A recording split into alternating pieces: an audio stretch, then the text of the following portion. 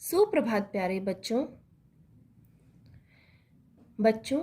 आज की आधुनिक जीवन शैली में जो भी सुख सुविधाएं हैं वो हम सभी को अच्छी लगती हैं। हमारे जीवन में जितनी सुविधाएं होती हैं वो हमें उतनी ही अच्छी लगती हैं। लेकिन क्या आपने कभी सोचा है कि ये सुविधाएं जैसे लाइट है, गाड़ी, car, TV, phone, mobile, bike, ये सभी हमारे जीवन में हमें कैसे प्राप्त हुई? बच्चों, ये सभी सुख सुविधाएं हमें हमारे वैज्ञानिकों की बदौलत प्राप्त होते हैं, जो कि अपना सारा जीवन इन्हीं आविष्कारों की खोज में लगा देते हैं। आज हम ऐसे ही महान वैज्ञानिक जगदीश चंद्र बसु के बारे में अध्ययन करेंगे। उनके एक रोचक उनका जो जीवन था, उन आविष्कार से जुड़ा हुआ, उसके बारे में हम पढ़ेंगे। पाठ 15, महान वैज्ञानिक जगदीश चंद्र बसु। प्रस्तुत पाठ में हमारे देश के महान वैज्ञानिक जगदीश चंद्र बसु के जीवन और उनके आविष्कारों के बारे में बताया गया है। उन्होंने सिद्ध किया था कि पेड़ पौधों में भी जीवन होता है। देखो, उन वैज्ञानिक ने क्या सिद्ध किया कि पेड़ पौधों में भी जीवन होता है। क्या आप मानते हैं इस बात को? हाँ, जरूर होता है। उस समय हमारा देश भारत अंग्रेजों का गुलाम था। जगदीश चंद्र बसु भी इससे प्रभावित थे, परंतु संघर्ष करते हुए उन्होंने सफलता पाई और अपने नाम को इतिहास के स्वर्णिम अक्षरों में लिखाया। किसने? महान वैज्ञानिक जगदीश चंद्र बसु ने। 10 मई सन 1901 की बात है। रॉयल सोसाइटी लंदन का हॉल, कहाँ की बात हो रही है? लंदन की। लंदन का हॉल विख्यात वैज्ञानिकों से ठसाठस भरा हुआ था। वे सब जगदीश चंद्र बसु का यह प्रयोग देखने आए थे कि पेड़ पौधों और धातुओं में भी संवेदना होती है। उन्होंने जितने प्रयोग परीक्षण किए थे उनमें से एक यह भी था। एक अत्यंत संवेदनशील उपकरण, बसु का एक अपना आविष्कार, जो उपकरण उन्होंने बनाया था संवेदना को जानने के लिए, वो उनका खुद का बनाया हुआ था, जो पौधों के स्पंदन मापन के लिए था। स्पंदन यानी उनकी धड़कन, पौधे जी रहे हैं। पौधों से एक पौधे से जोड़ दिया गया, फिर पौधे के तने को जड़ समेत एक ऐसे बर्तन में डुबो दिया गया जिसमें ब्रोमाइड विष भरा था। पौधे की जड़ भी ब्रोमाइड विष में डूबी हुई थी। अब जो पौधे की जड़ थी वो कहाँ थी? ब्रोमाइड विष में डूबी हुई थी। बसु आशा के साथ स्क्रीन पर हल्के धब्बों को देख रहे थे जो पौधे के स्पंदन का संकेत करते थे। सभी लोगों की दृष्टि भी वहीं टिकी हुई थी। पौधे की नब्ज की धड़कन को वह बिंदु पहले घड़ी के पेंडुलम की तरह नियमितता से आगे पीछे अंकित कर रहा था। धीरे धीरे वह बिंदु अनियमित और असंतुलित होने लगा। यानी वो पौधे की जड़ को जब उसमें डाल दिया गया विष के अंदर, विष क्या होता है? जहर। जहर क्या करता है? मारने का काम करता है। तो जब जड़ से ही तो पौधे के अंदर जीवन का संचार होता है ना, जड़ ही भोजन को लेती है, पानी को लेती है और ऊपर तो पहुंचाती है। तो जब जड़ को जहर में डुबो दिया गया तो धीरे धीरे वो जहर क्या है, पूरे पौधे में फैलने लगा। तो वो जो उनका जो उन्होंने बनाया था, आविष्कार जो किया था, वो पहले तो क्या पेंडुलम की भांति आराम से हिल रहा था, लेकिन जैसे जैसे वो जहर का असर उस पौधे में जाता गया तो उसका जो वो धड़कन बता रहा था वो असंतुलित होता गया। यानी जहर का प्रभाव पौधे के ऊपर पड़ रहा था। जल्द ही वह धब्बा जोर जोर से हिलने लगा और फिर एकाएक उसकी क्रियाएं अचानक रुक गई। ऐसा लग रहा था मानो जहर खाया चूहा लंबी लंबी सांस ले रहा हो। समझे बच्चों इस बात को? देखो कि जैसे चूहे को जहर खिला दिया तो वो तड़फ रहा होता है ना जीवन पाने के लिए, लेकिन जीवन सांस नहीं आती है तो वो तड़फ रहा होता है। तो उस पौधे में को भी देख के ऐसा लग रहा था जैसे जहर खाया चूहा लंबी लंबी सांस ले रहा हो, मृत्यु के विरुद्ध जोर आजमाइश कर रहा हो। अंततः पौधा जहर के कारण मर गया था।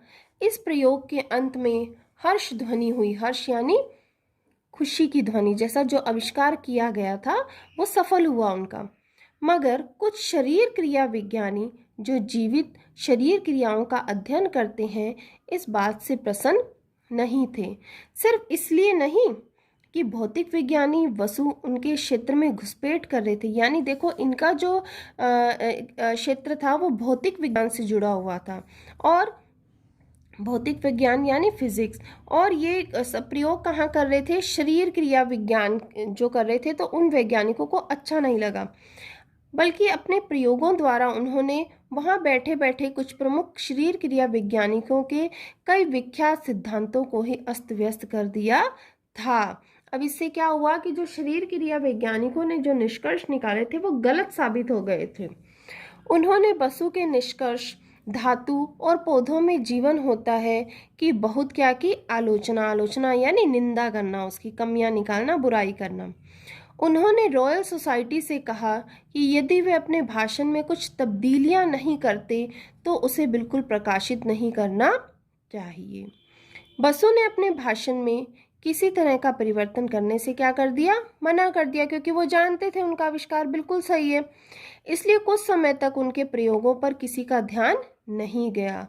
बसु जल्दी हार मानने वाले नहीं थे। देखो ये सबसे बड़ी बात होती है कि कोई भी सफल मनुष्य होता है तो उसको सफलता पहली बार में नहीं मिलती है, बड़ी से बड़ी हार का सामना करना पड़ता है, फिर कहीं जाके सफलता मिलती है। तो देखो बसु सही थे, उनका प्रयोग भी सफल था, लेकिन वैज्ञानिक उनके प्रयोग को मान नहीं रहे थे, है ना।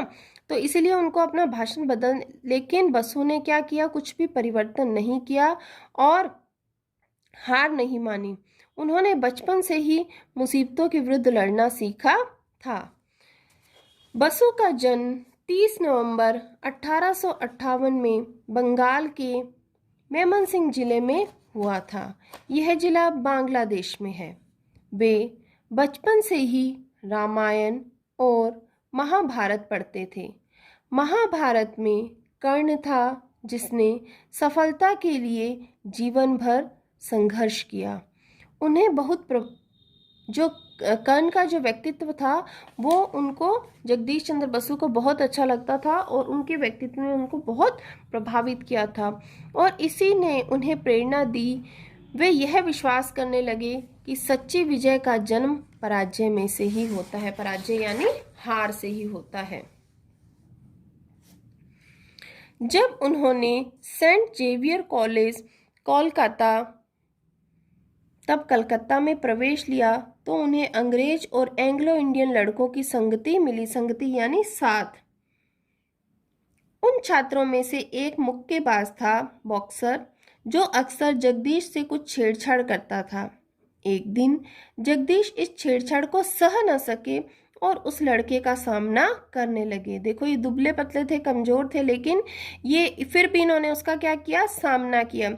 इस लड़ाई में किसी तरह विजय जगदीश की ही हुई। इससे उनकी कक्षा के छात्र उन्हें सम्मान की दृष्टि से देखने लगे। अब कोई उन्हें तंग नहीं करता था। देखो उन्होंने क्या हुआ, जो गलत उनके साथ हो रहा था उसका क्या किया, सामना किया और उसका विरोध किया। अगर वो विरोध नहीं करते तो उनका कभी भी कोई सम्मान नहीं कर पाता। जब रॉयल सोसाइटी के शरीर क्रिया वैज्ञानिकों ने उनकी आलोचना की तो उन्होंने इस चुनौती को भी क्या किया, स्वीकार कर लिया और पहले की तरह जीत उन्हीं की हुई। 2 वर्ष के अथक परिश्रम के पश्चात उन्होंने एक मोनोग्राफ प्रकाशित किया। नाम था response in the living and non living, जिसने रॉयल सोसाइटी को आश्वस्त कर दिया यानी उनको संतुष्ट कर दिया अच्छे से कि वे ठीक थे।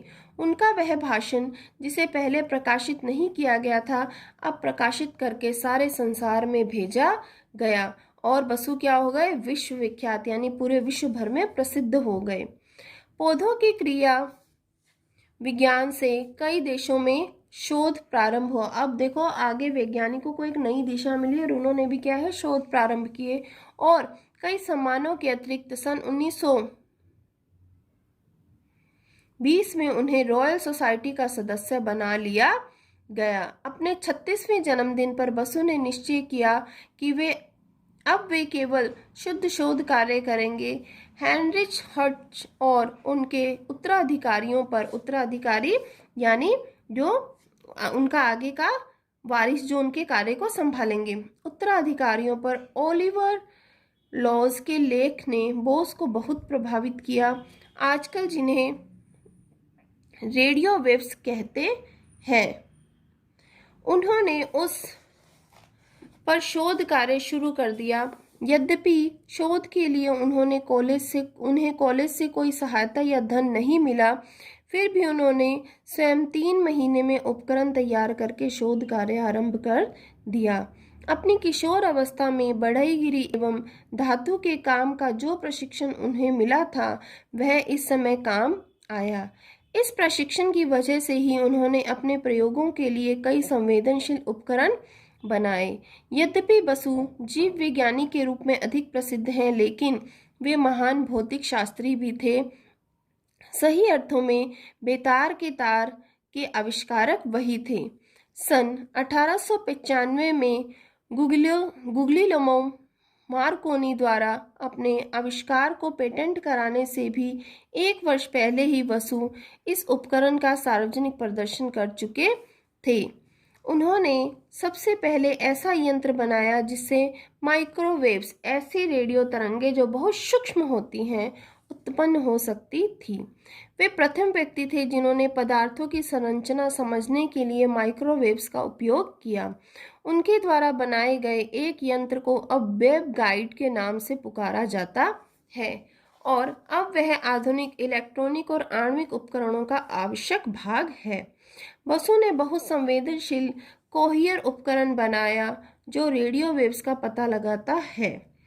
इसके विस्तृत अध्ययन के दौरान वे भौतिक शास्त्र से धातुओं और फिर पौधों के अध्ययन पर आ गए। उन्होंने पाया कि कोहियर की संवेदनशीलता लंबे समय तक नियमित रूप से उपयोग में लाने से कम हो जाती है। देखो, जैसे कोई भी वस्तु है, अगर हम उसको लगातार प्रयोग करते हैं तो उसकी जो कार्यशीलता है, कार्य करने की जो क्षमता होती है, वो क्या है, घट जाती है, कम हो जाती है। दूसरे शब्दों में क्या होता है, कोई भी मशीन होती है वो क्या हो जाती है, थक जाती है। जैसे हम भी देखो, कोई भी मशीन आप यूज करते हो तो बोला जाता है ना, लगातार यूज मत करो, बहुत देर यूज करोगे तो खराब हो जाएगी वो। तो क्या होता है कि थोड़ा टाइम यूज करने के बाद हम उसे रेस्ट देते हैं। दूसरे शब्दों में वह थक जाता है और लगता है वास्तव में वही बात थी, क्योंकि यंत्र को कुछ समय आराम देने के बाद जब फिर से इस्तेमाल किया तो उसकी संवेदनशीलता वापस आ जाती थी। इसे स्पष्ट था कि धातुओं में भी स्मृति और महसूस करने की क्षमता होती है। बोस ने कई संवेदनशील उपकरणों का आविष्कार किया। इनमें सबसे आश्चर्यजनक था कैस्कोग्राफ। कैस्कोग्राफ क्या था, एक ऐसा उपकरण जो पौधे की वृद्धि दर का पता लगाता है। इसकी संवेदनशीलता का इसी से पता चलता है कि वह पौधे की ऐसी वृद्धि भी नाप सकता है जो पौधे की गति से 20,000 गुना कम होती है, उसको भी वह नाप सकता है। तो बच्चों, ये पाठ बहुत ही रोचक है, बहुत ही अच्छा पाठ है। अगर हम इसको ध्यान से पढ़ेंगे तो मुझे पूरी उम्मीद है आप इसको एक बार फिर से पढ़ेंगे और इसको समझने का पूरा प्रयास करेंगे। धन्यवाद।